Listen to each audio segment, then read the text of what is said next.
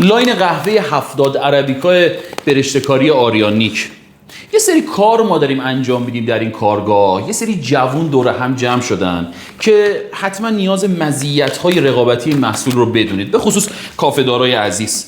قهوه‌ای که توی بازار هست میدونید همه مدل هست، ارزون و گرون، با کیفیت و بی کیفیت، اما ما صرفا میخوایم رو محصول خودمون صحبت کنیم. ما قهوه ها رو به هیچ عنوان بلافاصله بعد از تولید بسته‌بندی و آماده ارسال نمی کنیم. قهوه ها 5 روز فرایند دیگس رو انجام میدن و بعد وارد فاز بسته‌بندی میشن. پس شما میتونی مطمئن باشی که با یه سیستم مناسب میتونی یه پایداری کرمو عالی و یه عطر و طعم اعجاب برانگیز رو دریافت کنی. توی پک های تخصصی آریانیک حتی 1 گرم قهوه ویتنام یا دان قهوه ویتنام وجود نداره، چون ما اساساً معتقدیم که قهوه ویتنام قهوه‌ایه که حتما میتونه رایحه‌های کل دانه قهوه رو از بین ببره. در کارگاه برشته‌کاری آریانیک تجهیزاتی رو فراهم کردیم تا قهوه ها قبل از رست و بعد از رست سورت بشن، سنگ و چوب کشیده بشه و شما فقط دانه قهوه با کیفیت رو توی بسته‌بندی ها داشته باشید. اینجوری مطمئن هستید که آسیابتون میتونه سالیان سال با کیفیت براتون کار کنه.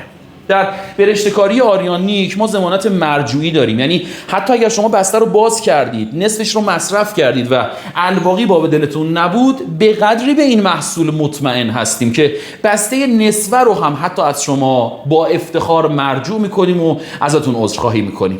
در مشهد از 2 کیلو به بالا ارسال رایگان داریم. بچه‌ها با احترام میرسن خدمتتون، درب کافه بار رو تحویل میدن و به قیمت درب کارخونه شما مبلغ رو پرداخت میکنی. من دوستای عزیز دارم که از این لاین دارن مصرف میکنن. البته این سری ژیان هست و 70% عربیکا از لاین کلاسیک که معروف به فول کافئین ما در کارخونه موجود داریم تا 100% عربیکا. عربیکایی که ما استفاده میکنیم به هیچ عنوان عربیکای برزیل یا چنین مناطقی نیست. ما سعی میکنیم در برشته‌کاری آریانیک عمده قهوه های عربیکامون بر پایه اتیوپی باشه. امروز که باهاتون صحبت میکنم قهوه های پایه های عربیکا از بلند اتیوپی که بیشترش هم گوچی هست و با فراوری نچرال آماده بسته‌بندی میشه. تمام قهوه ها با دستگاه اکترون میتر ارزیابی میشه و بالاترین خروجی و البته کمترین قیمت کل بازار رو میتونیم با افتخار تقدیمتون کنیم. خیلی دوست داریم باهاتون کار کنیم. ارادت.